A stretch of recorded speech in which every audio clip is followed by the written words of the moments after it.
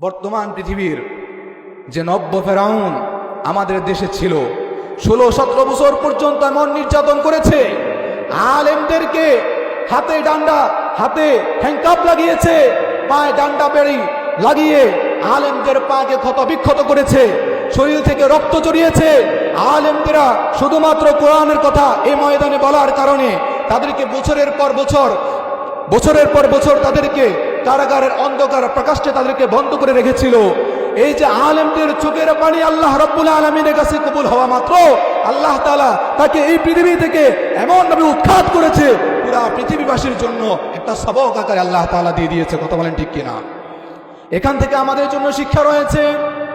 পৃথিবীতে আগামীতে যারা এই দেশের ক্ষমতার মসনদে যাবে তাদের জন্য বড় একটা শিক্ষা রয়েছে। এই যে দলটাকে আল্লাহ তাআলা ক্ষমতা বিচ্যুত করেছে, যে দলটাকে আল্লাহ তাআলা দেশ থেকে তাড়িয়ে দিয়েছে, ওই দলের কি বা না ছিল? সমাজের রদ্দে তাদের লোকের অভাব ছিল না। প্রত্যেকটা জায়গায় প্রত্যেকটা সেক্টরে তারা তাদের লোককে নিয়োগ দিয়েছে। এরপরে যেখানে কোনো মানুষ পারে নাই, কোনো দলও পারে নাই, অন্যান্য দলেরাও পারে নাই, সেখানে মাত্র ছাত্র জনতার গণ অভ্যুত্থান দিয়ে আল্লাহ রাব্বুল আলামিন জুলাই এবং কি আগস্টের বিপ্লবের মাধ্যমে এই দেশের মানুষকে নতুন করে স্বাধীনতা দিয়েছে। কথা বলেন ঠিক কিনা? সেদিন দেখেছি ঢাকাতে ধানমন্ডির যে 32 নম্বর বাড়ি রয়েছে, অনেকে আবার আফসোস করছে, আহারে 32 নম্বর বাড়িটাকে ভেঙে চুরমার করে দিয়েছে। এটা আবার ভারতের দাদা বাবুরা আবার সেখানে খুব কষ্ট পেয়েছে। তারা খুব করে কষ্ট পেয়েছে যে তাদের তো হচ্ছে গিয়ে জালেম শাসক তাদের দেশে আছে, তো আমাদের দেশে যাদেরকে এতদিন পর্যন্ত ফাসলিয়ে রেখেছে, হ্যাঁ, তো এখন হচ্ছে গিয়ে সেই 32 নম্বর বাড়ি ভেঙে দেওয়া হয়েছে, কারণে তাদের গায়ে জ্বালা পোড়া দিয়ে উঠেছে। সেখানে 32 নম্বর বাড়ি যখন ভেঙেছে, ভাঙার পরে সেখান থেকে আমরা ইউটিউবে আপনারা অনেকেই দেখেছেন, ফেসবুকে আপনারা অনেকেই দেখেছেন, মানুষের হাড় সেখান থেকে পাওয়া গেছে, মানুষের লাশ সেখান থেকে পাওয়া গেছে, লাশের অস্তিত্ব সেখান থেকে পাওয়া গেছে। যারাই তার ক্ষমতার জন্য হুমকির কারণ হয়ে দাঁড়িয়েছে তাদেরকে হত্যা করে সেখানে গুম করে রেখেছিল। কথা বলেন ঠিক কিনা? আল্লাহ রাব্বুল আলামিন দেখিয়ে দিয়েছেন, যারা এই জমিনের ভিতরে অদ্যতাপূর্ণ আচরণ করবে, যারা এই ক্ষমতা পাওয়ার পরে মানুষের উপরে জুলুম করবে, মানুষের উপর অত্যাচার করবে, আল্লাহ রাব্বুল আলামিন কোনোদিন কোনো জালেমকে স্থায়ী হতে দেয় নাই। যখন মজলুম আল্লাহর কাছে দোয়া করে, এই পৃথিবীর মুসলিমদের দোয়া একজনে কবুল করেন, বলেন তিনি কে? আল্লাহ সুবহানাহু ওয়া তাআলা আমাদেরকে এই পৃথিবীর ভিতরে প্রেরণ করেছেন। এই পৃথিবীর ভিতরে আল্লাহ তাআলা আবার মানুষদেরকে বিভাজন করেছেন, ভাগ করেছেন। কাউকে মুমিন বানিয়েছেন, আবার কাউকে কাফের বানিয়েছেন। কাউকে ঈমান দিয়েছেন, আবার কাউকে আবার ঈমান দেন নাই। এই পৃথিবীর ভিতরে আল্লাহ রাব্বুল আলামিনের যত নিয়ামত আছে, সবার উপরে সব থেকে বড় নিয়ামতের নাম হচ্ছে ঈমান। কি বলেন ঠিক কিনা?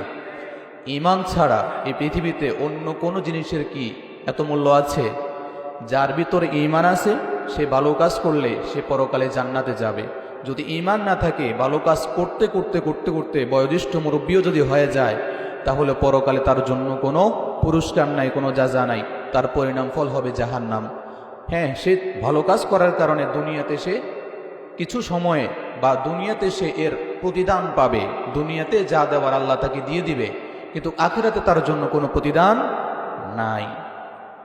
আল্লাহ রাব্বুল আলামিনের যারা বান্দা, রহমানের বান্দা যারা, তাদের কিছু গুণাবলী আমি আপনাদের সামনে বর্ণনা করব, এরপর আমি মাইক ছেড়ে দেব। আল্লাহ সুবহানাহু ওয়া তাআলা কোরআনে কারীমের ভিতরে তার বান্দাদের কিছু গুণাবলী উল্লেখ করেছেন। রহমানের বান্দা কারা? জান্নাত প্রাপ্ত, নিয়ামত প্রাপ্ত সেই বান্দা কারা? যারা জান্নাতি হবে, তাদের কিছু গুণাবলী আল্লাহ সুবহানাহু ওয়া তাআলা কোরআনে কারীমের ভিতরে উল্লেখ করেছেন। রব্বুল আলামিন কোরআনে কারীমের ভিতরে বলেন, وعباد الرحمن الذين يمشون على الأرض هونا وإذا خاطبهم الجاهلون قالوا سلاما আল্লাহ রাব্বুল আলামিন বললেন, রহমানের বান্দা হলো তারা, ওয়া ইবাদুর রহমানিল্লাযীনা ইয়ামশুনা আলাল আরদি হাওনা, রহমানের বান্দা হলো তারা যারা জমিনের ভিতরে অহংকার করে চলে না, দাম্ভিকতা দেখিয়ে চলে না, অহংকার বশত মাথা উঁচু করে জমিনের ভিতরে চলে না, অহংকার করে বুক উঁচু করে জমিনের ভিতরে চলে না। ওই সমস্ত বান্দারাই হলো রহমানের বান্দা, আর তারাই আল্লাহ তাআলার নিয়ামতপ্রাপ্ত জান্নাতের মালিক হবে। বলেন সুবহানাল্লাহ। রহমানের বান্দাদের 1 নম্বর গুণাবলী হলো তারা কি হবে না? অহংকারী হবে না, অহংকার করবে না, দাম্ভিকতা দেখাবে না, জমিনের ভিতরে উদ্ধতপূর্ণ আচরণ করবে না। আল্লাহ রাব্বুল আলামিন কোরআনে কারীমের ভিতরে জানিয়ে দিয়েছেন, রহমানের বান্দাদের গুণাবলীর ভিতরে এমন কোন গুণাবলী পড়ে না যে অহংকার করে দুনিয়ার ভিতরে বসবাস করবে, অহংকার করবে না। কারণ কি? অহংকারের ব্যাপারে আল্লাহ রাব্বুল আলামিন হাদিসে কুদসির ভিতরে বলেছেন, আল কিবরিয়াউ রিদাই, অহংকার হলো আমার চাদর। অহংকার তো মালিকের পক্ষে সাজে, গোলামের পক্ষে তো কখনো অহংকার সাজে না। আমরা তো হলাম গোলাম, গোলামের ঘরে গোলাম হলাম আমরা, আর আল্লাহ হলেন আমাদের মালিক। আমাদের মালিক যিনি, আওয়াজ করে বলেন তিনি কে? আল্লাহ রাব্বুল আলামিন হলেন আমাদের মালিক, আর একমাত্র অহংকার তার পক্ষেই সাজে। আমরা গোলাম হয়ে, আল্লাহর বান্দা হয়ে যদি অহংকার করি, সেটা আমাদের পক্ষে কখনো সাজে না। আল্লাহ বললেন, বান্দারে আমি আল্লাহর চাদর হলো অহংকার, আর যে অহংকার করলো সে যেন আমি আল্লাহর চাদর নিয়ে টানাটানি করলো। আর বলেন তো, আল্লাহর চাদর নিয়ে যদি টানাটানি করে তার ধ্বংস অনিবার্য, কথা বলেন ঠিক কিনা? আল্লাহ রাব্বুল আলামিন জানিয়ে দিয়েছেন, এই পৃথিবীর ভিতরে মানুষ বহু ধরনের রয়েছে। অনেকে আবার এই পৃথিবীর ভিতরে অনেকে টাকার কারণে অহংকার করে, অনেকে আবার ক্ষমতা পাইলে অহংকার করে, অনেকে আবার এলেম শিখলে এলেমের কারণে গরম দেখায়, অহংকার করে। আল্লাহ বললেন, বান্দারে এলেমের গরম দেখায়ও না, এলেম পাওয়ার কারণে অহংকার করিও না। তোমার টাকা হয়েছে, তোমার সম্পদ হয়েছে, এই সম্পদ দিয়েছি আমি আল্লাহ। আবার যদি তুমি অহংকার করো, আমি আল্লাহ তোমার কাছ থেকে এই সম্পদ ছিনিয়ে নিতে 1 সেকেন্ড সময়ও লাগবে না। ক্ষমতা পাওয়ার পরে অহংকার দেখাও। তুমি আজকে চেয়ারের ভিতরে বসেছো, কিসের এমন অহংকার করছো? যেই চেয়ার দিয়ে আমি আল্লাহ তোমাকে সম্মানিত করেছি। বান্দারে, যদি আবার তুমি অহংকার হয়ে যাও, তাহলে তোমার কাছ থেকে সেই চেয়ারের পায়া ভেঙ্গে দিয়ে, তোমাকে মাটির সাথে জুতা পিটা করে মাটিতে নামিয়ে দিয়ে, তোমার সকল অহংকারকে মিনিশেই শেষ করে দিতে পারি। বলেন আল্লাহ পারেন কি পারে না? অহংকার করা যাবে না। ক্ষমতা পাওয়ার পরে অহংকার করা যাবে না। ক্ষমতা পাওয়ার পরে অহংকার করেছে ফেরাউন, পরিণাম ফল আল্লাহ তাআলা তাকে নীল নদের পানির ভিতরে চুবিয়ে ডুবিয়ে তার সকল খায়েশাত মিটিয়ে দিয়েছে। আল্লাহ রাব্বুল আলামিন কোরআনে কারীমের ভিতরে বলে দিয়েছেন, ইন্না ফিরআউনা আলা ফিল আরদি ওয়া যাহারা আহলাহা শিয়া, নিঃসন্দেহে ফেরাউন জমিনের ভিতরে উদ্ধতপূর্ণ আচরণ করেছে, অহংকার করেছে, ক্ষমতা পাওয়ার পর নিজেকে রব বলে স্বীকার করেছে, এবং সে ওয়াজআলা আহলাহা শিয়া, নিজের জনপদের মানুষদেরকে বিভক্ত করে রাখতো। কি কারণে নিজের জনপদের মানুষদেরকে বিভক্ত করে রাখতো? কারণ ফেরাউনের নীতি এবং কি তার একটা নীতি ছিল ডিভাইডেড রুল, মানে হচ্ছে বিভক্ত করো, শাসন করো। এই কারণে ফেরাউন চিন্তা করে দেখলো, সমাজের মানুষ যদি ঐক্যবদ্ধ হয়ে যায়, দেশের মানুষ যদি একতাবদ্ধ হয়ে যায়, তাহলে আমি ফেরাউনের রাজত্ব হুমকির মুখে পড়ে যেতে পারে। এই জন্য ফেরাউন তার চেয়ারকে টিকে রাখার জন্য, তার ক্ষমতার গতিকে মসনদকে ঠিক রাখার জন্য জনপদের মানুষদেরকে বিভক্ত করে রাখতো। আজকের পৃথিবীতেও ওই সমস্ত ফেরাউনের নব্য ফেরাউন যারা আছে, ফেরাউনের আদর্শ লালনকারী যারা পৃথিবীর ভিতরে আছে, তারাও ফেরাউনের আদর্শ লালন করে তাদের নিজেদের ক্ষমতাকে টিকিয়ে রাখার জন্য, জমিনের ভিতরে নিজের ক্ষমতাকে স্থায়িত্ব করার জন্য, চেয়ার আর গদিকে ঠিক রাখার জন্য দেশের জনপদের মানুষদেরকে বিভিন্ন দলে দলে বিভক্ত করে রাখে। কথা বলেন ঠিক কিনা? কিন্তু আল্লাহ রাব্বুল আলামিনের ফয়সালা দেখিয়ে দিয়েছে, 16-17 বছর পর্যন্ত জুলুম করেছে, স্বৈরচার করেছে। আল্লাহ রাব্বুল আলামিন বেশি মানুষও লাগে নাই। আল্লাহ রাব্বুল আলামিন তেমন কোন বড় মানুষদের মাধ্যমেও ক্ষমতাচ্যুত করে নাই। আল্লাহ তাআলা ছাত্র জনতা দিয়ে এই পৃথিবীর ভিতরে বর্তমান যুগের ফেরাউন, নব্য ফেরাউন, আল্লাহ তাআলা তাকে জমিন থেকে উৎখাত করে দিয়েছে। কথা বলেন ঠিক কিনা? আপনারা জেনে অবাক হবেন, এই যে বর্তমান পৃথিবীর যে নব্য ফেরাউন আমাদের দেশে ছিল, 16-17 বছর পর্যন্ত এমন নির্যাতন করেছে, আলেমদেরকে হাতে ডান্ডা, হাতে হ্যান্ডকাপ লাগিয়েছে, পায়ে ডান্ডা বেড়ি লাগিয়ে আলেমদের পাকে ক্ষত বিক্ষত করেছে, শরীর থেকে রক্ত জড়িয়েছে। আলেমদেরা শুধুমাত্র কোরআনের কথা এই ময়দানে বলার কারণে তাদেরকে বছরের পর বছর তাদেরকে কারাগারের অন্ধকার প্রকাশ্যে তাদেরকে বন্ধ করে রেখেছিল। এই যে আলেমদের চোখের পানি আল্লাহ রাব্বুল আলামিনের কাছে কবুল হওয়া মাত্র আল্লাহ তাআলা তাকে এই পৃথিবী থেকে এমন ভাবে উৎখাত করেছে, পুরা পৃথিবীবাসীর জন্য একটা সবক আকারে আল্লাহ তাআলা দিয়ে দিয়েছে। কথা বলেন ঠিক কিনা? এখান থেকে আমাদের জন্য শিক্ষা রয়েছে, পৃথিবীতে আগামীতে যারা এই দেশের ক্ষমতার মসনদে যাবে তাদের জন্য বড় একটা শিক্ষা রয়েছে। এই যে দলটাকে আল্লাহ তাআলা ক্ষমতা বিচ্যুত করেছে, যে দলটাকে আল্লাহ তাআলা দেশ থেকে তাড়িয়ে দিয়েছে, ওই দলের কি বা না ছিল? সমাজের রদ্দে রদ্দে তাদের লোকের অভাব ছিল না। প্রত্যেকটা জায়গায় জায়গায়, প্রত্যেকটা সেক্টরে তারা তাদের লোককে নিয়োগ দিয়েছে। এরপরে যেখানে কোনো মানুষ পারে নাই, কোনো দলও পারে নাই, অন্যান্য দলেরাও পারে নাই, সেখানে মাত্র ছাত্র জনতার গণ অভ্যুত্থান দিয়ে আল্লাহ রাব্বুল আলামিন জুলাই এবং কি আগস্টের বিপ্লবের মাধ্যমে এই দেশের মানুষকে নতুন করে স্বাধীনতা দিয়েছে। কথা বলেন ঠিক কিনা? সেদিন দেখেছি ঢাকাতে ধানমন্ডির যে 32 নম্বর বাড়ি রয়েছে, অনেকে আবার আফসোস করছে, আহারে 32 নম্বর বাড়িটাকে ভেঙে চুরমার করে দিয়েছে। এটা আবার ভারতের দাদা বাবুরা আবার সেখানে খুব কষ্ট পেয়েছে। তারা খুব করে কষ্ট পেয়েছে যে তাদের তো হচ্ছে গিয়ে জালেম শাসক তাদের দেশে আছে, তো আমাদের দেশে যাদেরকে এতদিন পর্যন্ত ফাসলিয়ে রেখেছে, হ্যাঁ, তো এখন হচ্ছে গিয়ে সেই 32 নম্বর বাড়ি ভেঙে দেওয়া হয়েছে, কারণে তাদের গায়ে জ্বালা পোড়া দিয়ে উঠেছে। সেখানে 32 নম্বর বাড়ি যখন ভেঙেছে, ভাঙার পরে সেখান থেকে আমরা ইউটিউবে আপনারা অনেকেই দেখেছেন, ফেসবুকে আপনারা অনেকেই দেখেছেন, মানুষের হাড় সেখান থেকে পাওয়া গেছে, মানুষের লাশ সেখান থেকে পাওয়া গেছে, লাশের অস্তিত্ব সেখান থেকে পাওয়া গেছে। যারাই তার ক্ষমতার জন্য হুমকির কারণ হয়ে দাঁড়িয়েছে তাদেরকে হত্যা করে সেখানে গুম করে রেখেছিল। কথা বলেন ঠিক কিনা? আল্লাহ রাব্বুল আলামিন দেখিয়ে দিয়েছেন, যারা এই জমিনের ভিতরে অদ্যতাপূর্ণ আচরণ করবে, যারা এই ক্ষমতা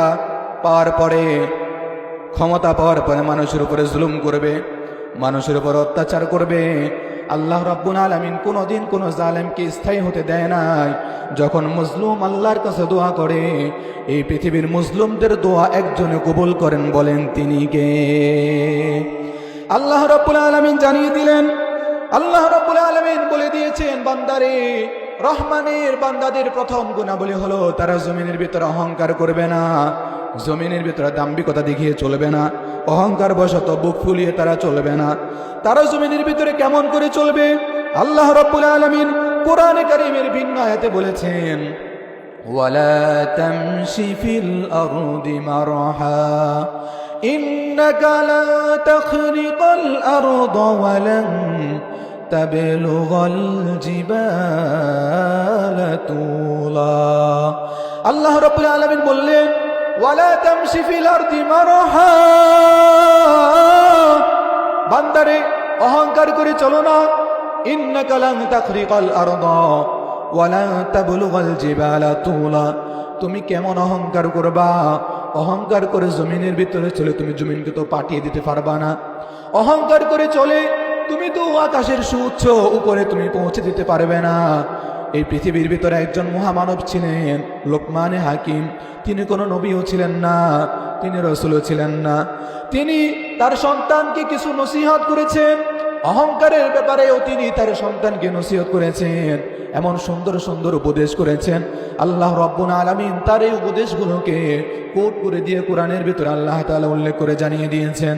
আল্লাহ রাব্বুল আলামিন বললেন, ওয়ালা তুসাইর খাদ্দাকা লিন্নাস ওয়ালা তামশি ফিল আরদি মারহা ইন্নাল্লাহা লা ইউহিব্বু কুল্লা মুখতালিন ফখুর।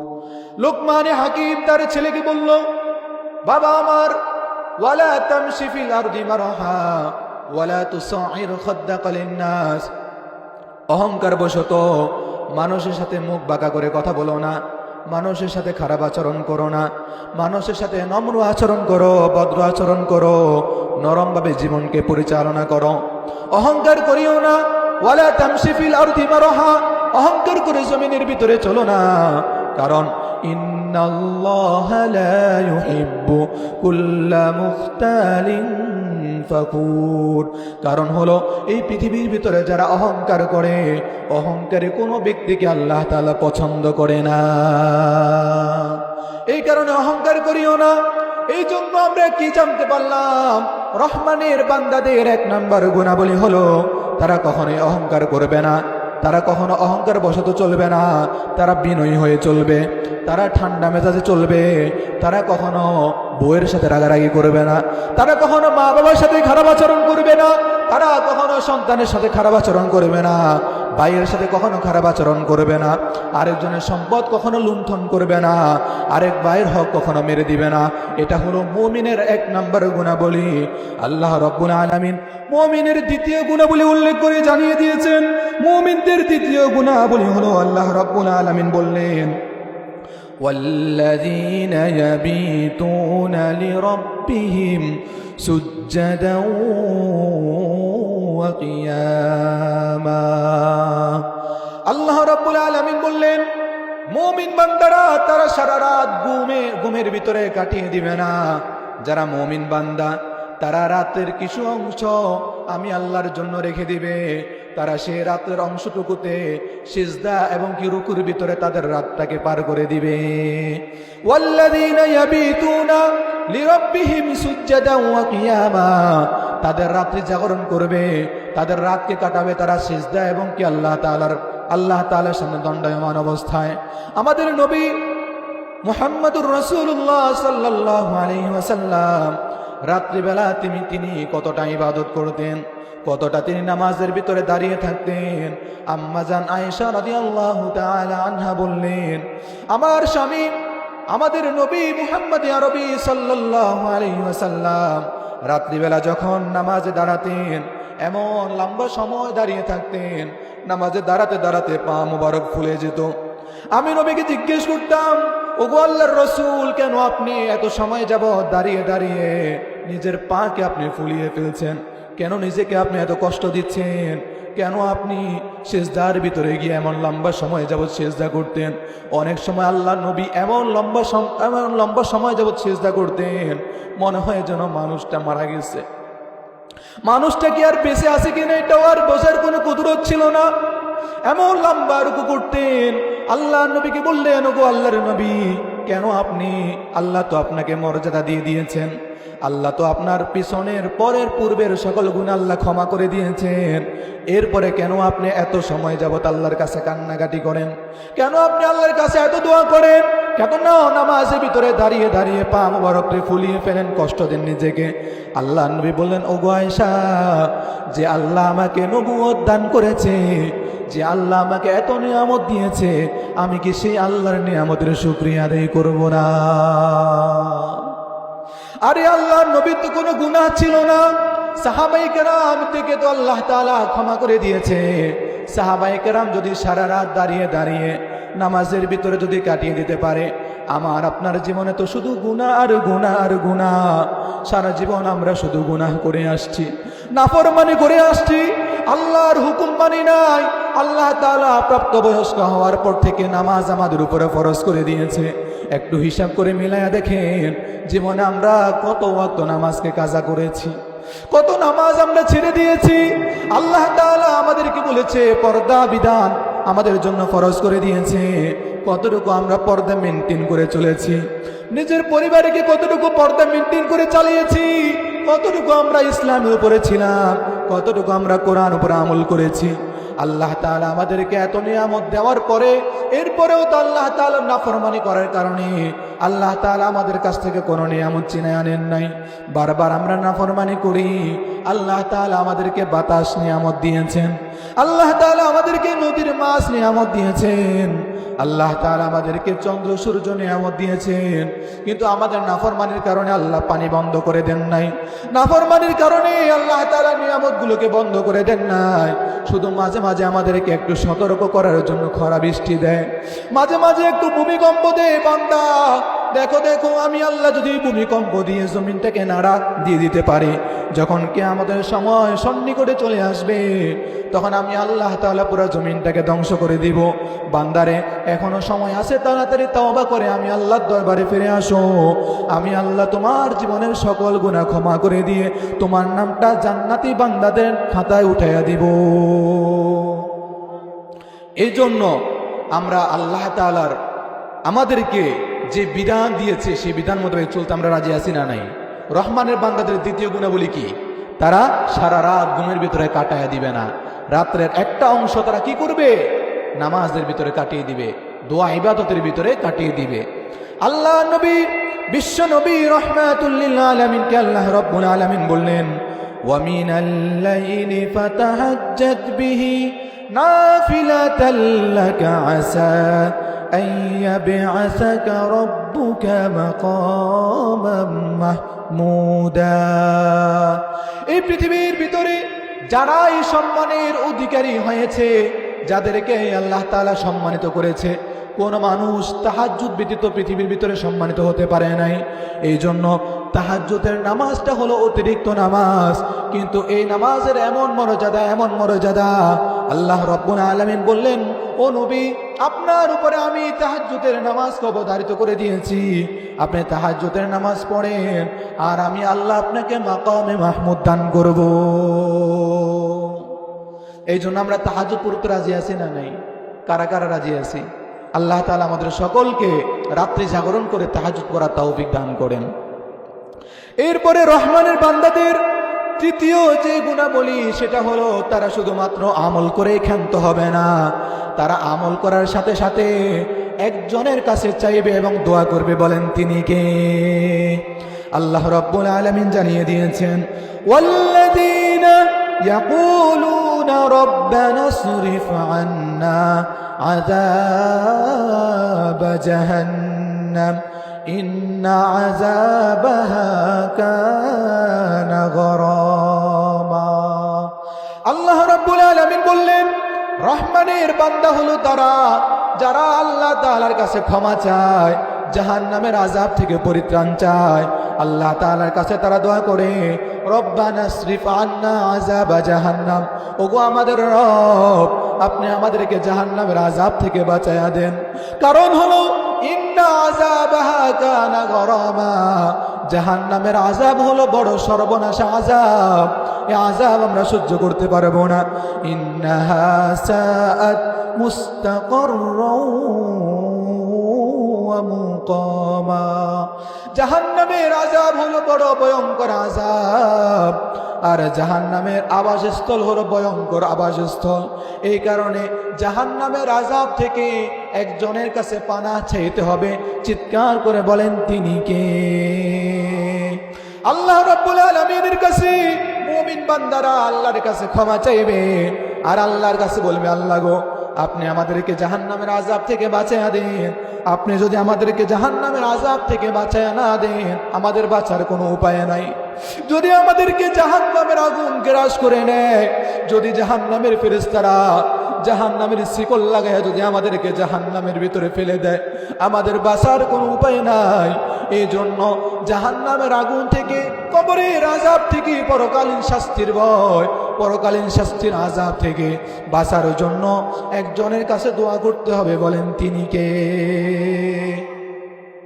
এরপরে আল্লাহ রাব্বুল আলামিন বললেন রহমানের বান্দাদের পরবর্তী যে গুণাবলী সেটি হলো ওয়াল্লাযীনা ইয়াকুলুনা রব্বানা ইসরিফ আন্না আযাব জাহান্নাম ওয়াল্লাযীনা ইযা আনফাকু লাম ইউসরিফু ওয়া লাম ইয়াকতুরু ওয়া কানা বাইনা যালিকা কাওয়ামা।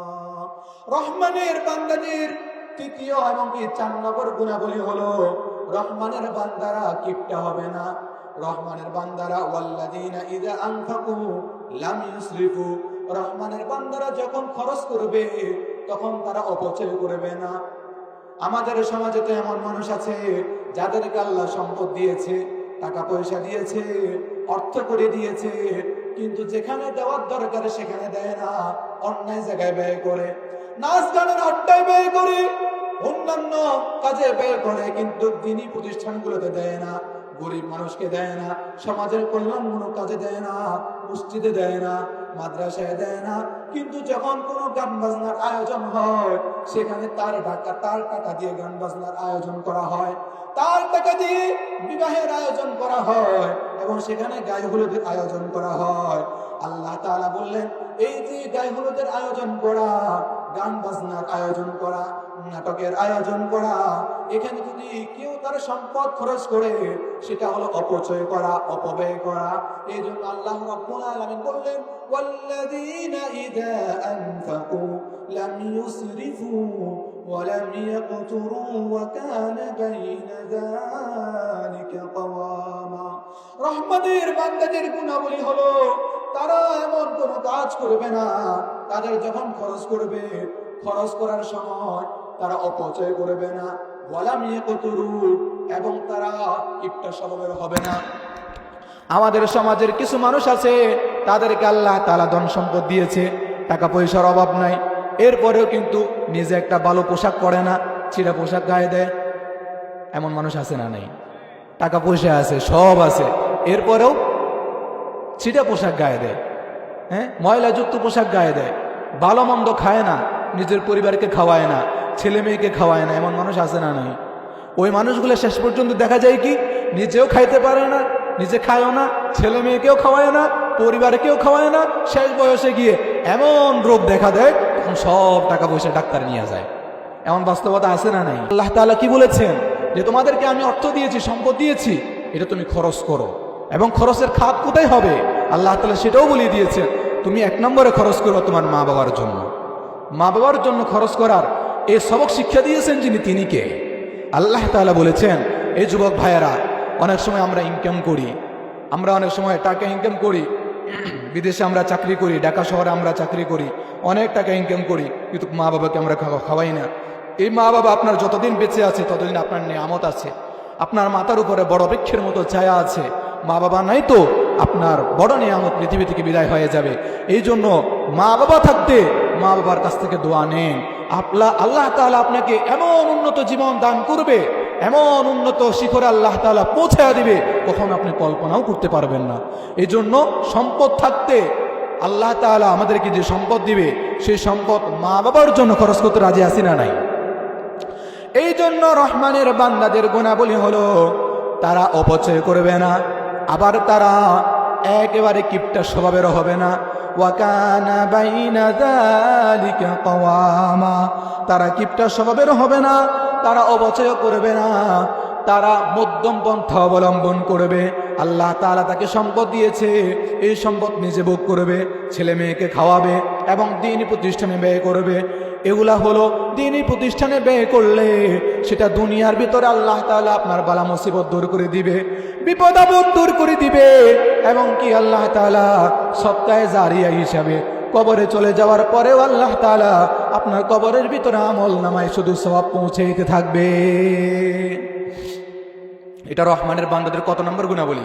4 নম্বর গুণাবলী।